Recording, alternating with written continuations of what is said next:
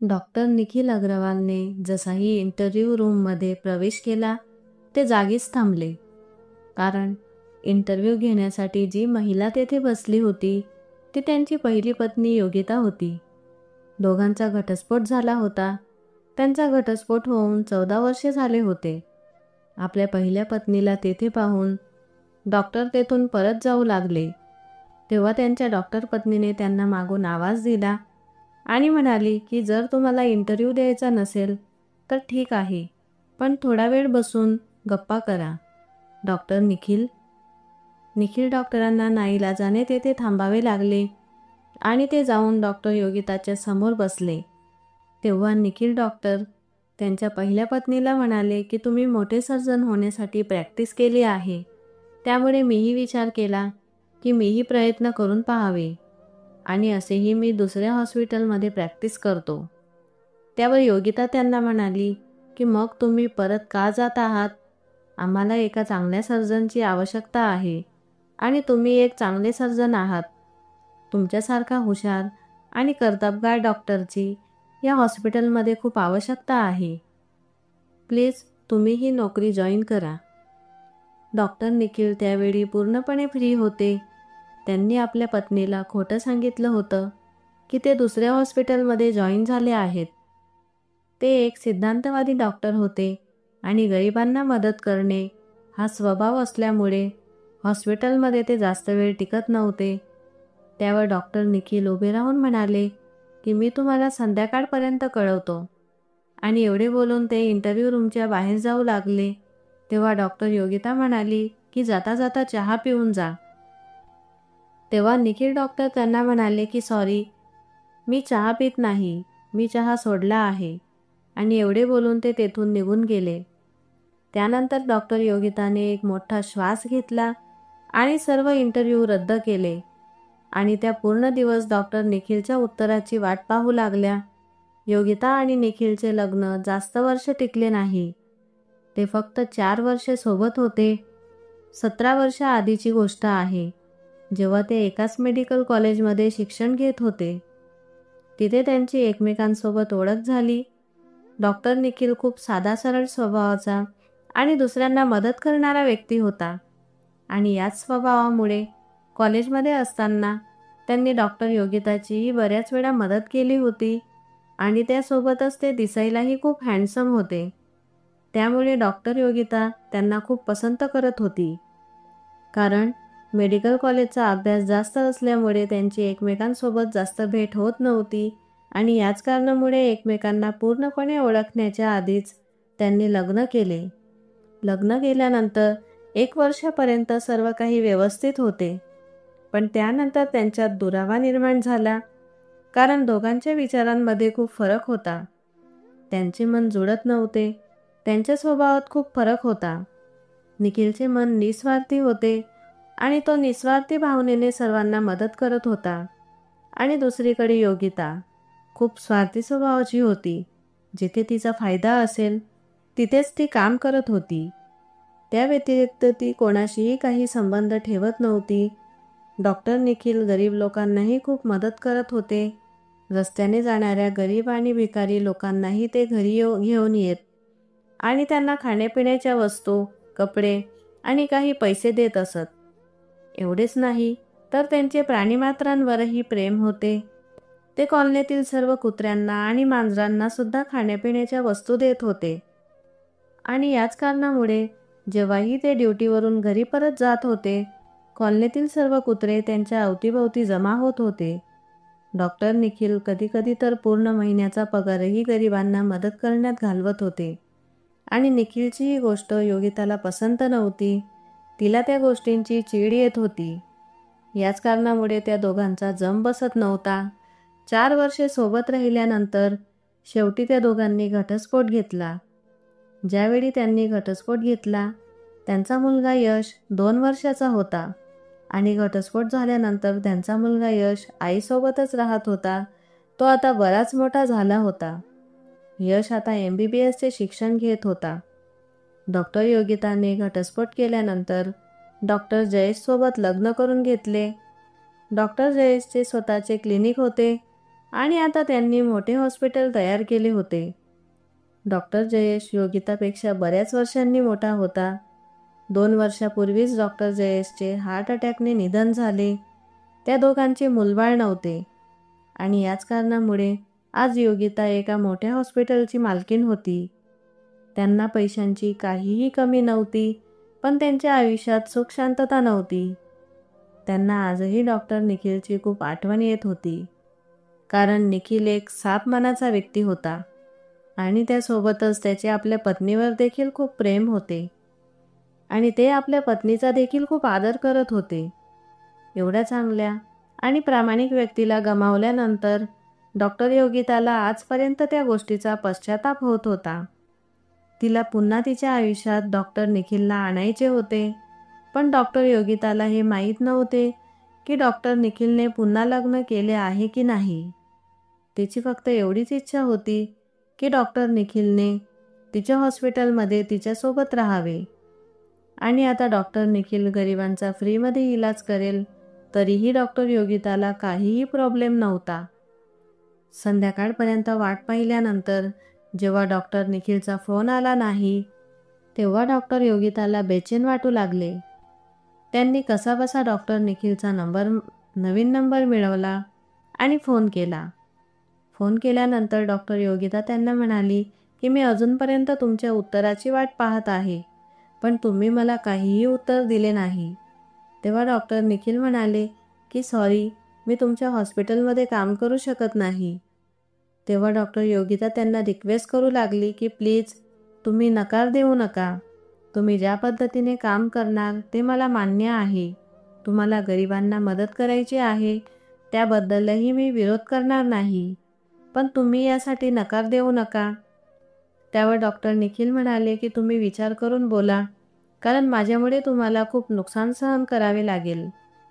Doctor Yogita म्हणाली की मला सर्व काही मान्य आहे. तुम्ही उद्यापासूनच हॉस्पिटल जॉईन करा.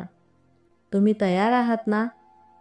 तेव्हा डॉक्टर निखिलनेही होकार दिला आणि म्हणाले की ठीक आहे, मी उद्यापासून येईल. डॉक्टर निखिलकडून होकार आहे हे ऐकून डॉक्टर योगिताला खूप बरं वाटलं आणि त्यांनी सुटकेचा श्वास टाकला. आपल्या आयुष्यात अनेक गोष्टी आपल्या नकळत होत असतात. त्याचप्रमाणे त्या दोघांच्या आयुष्यात चालले होते.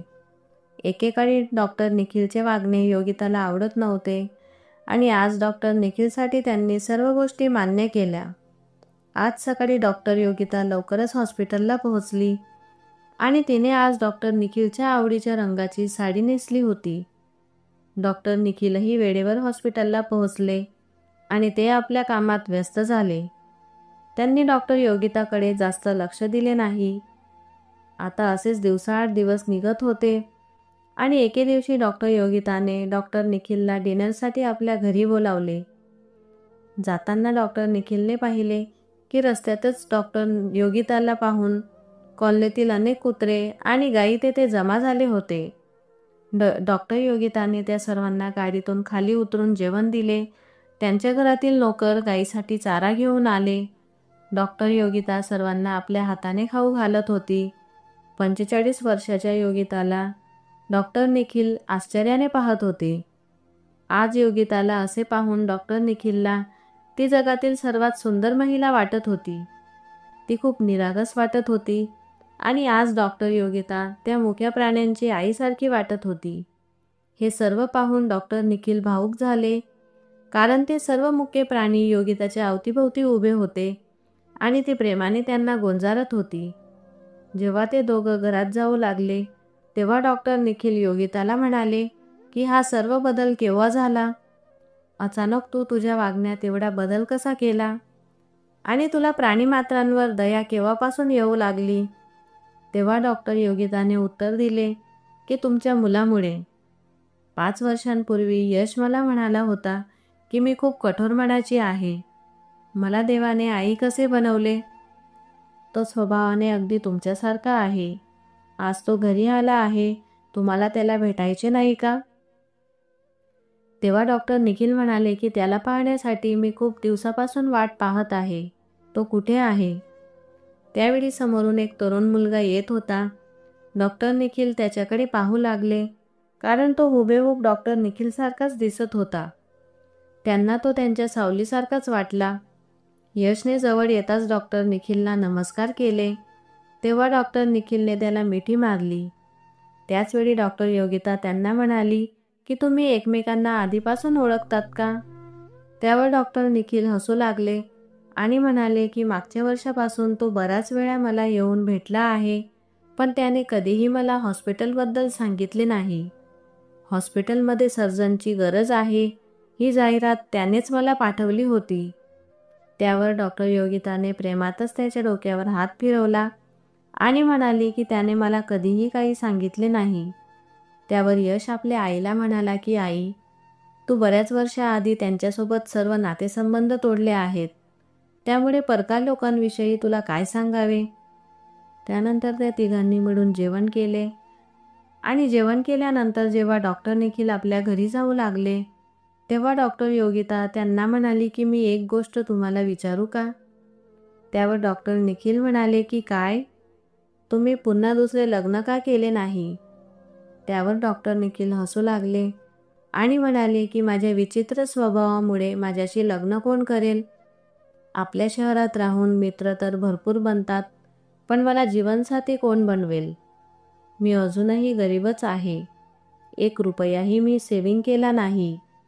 तेव्हा डॉक्टर योगिता त्यांना म्हणाली की तुम्ही लोकांचे प्रेम आणि आशीर्वाद खूप कमावले आहे. तुमच्यासारखा व्यक्ती बनणे खूप कठीण गोष्ट आहे. जेव्हापासून आपण वेगळे झालो आहोत तेव्हापासून माझ्या मनात एक पश्चाताप आहे. त्यामुळे तेव्हापासून मीही तुमच्यासारखी बनण्याचा प्रयत्न करत आहे, पण अजूनही माझे मन भरले नाही. हे ऐकून थोडा वेळ शांत राहिल्यानंतर डॉक्टर निखिल म्हणाले, मला आता निघायला हवे. तेव्हा पुन्हा डॉक्टर योगिता त्यांना म्हणाली की थोडा वेळ थांबा, मला तुमच्याशी काहीतरी बोलायचे आहे. तेव्हा डॉक्टर निखिल म्हणाले की काय बोलायचे आहे?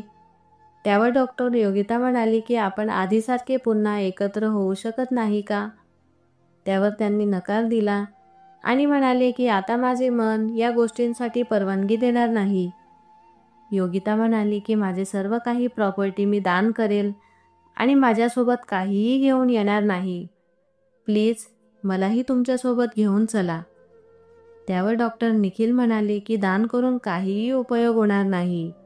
त्यापेक्षा एक काम कर, हॉस्पिटलमध्ये सर्व गरीब लोकांवर मोफत उपचार सुरू कर, कारण यापेक्षा मोठी सेवा संपूर्ण जगात कोणतीही असू शकत नाही. तेव्हा योगिता म्हणाली की तुम्ही जे सांगणार मी तेच करेल, पण मला माझ्या आयुष्यात तुम्ही हवे आहेत. मला तुमची साथ हवी आहे.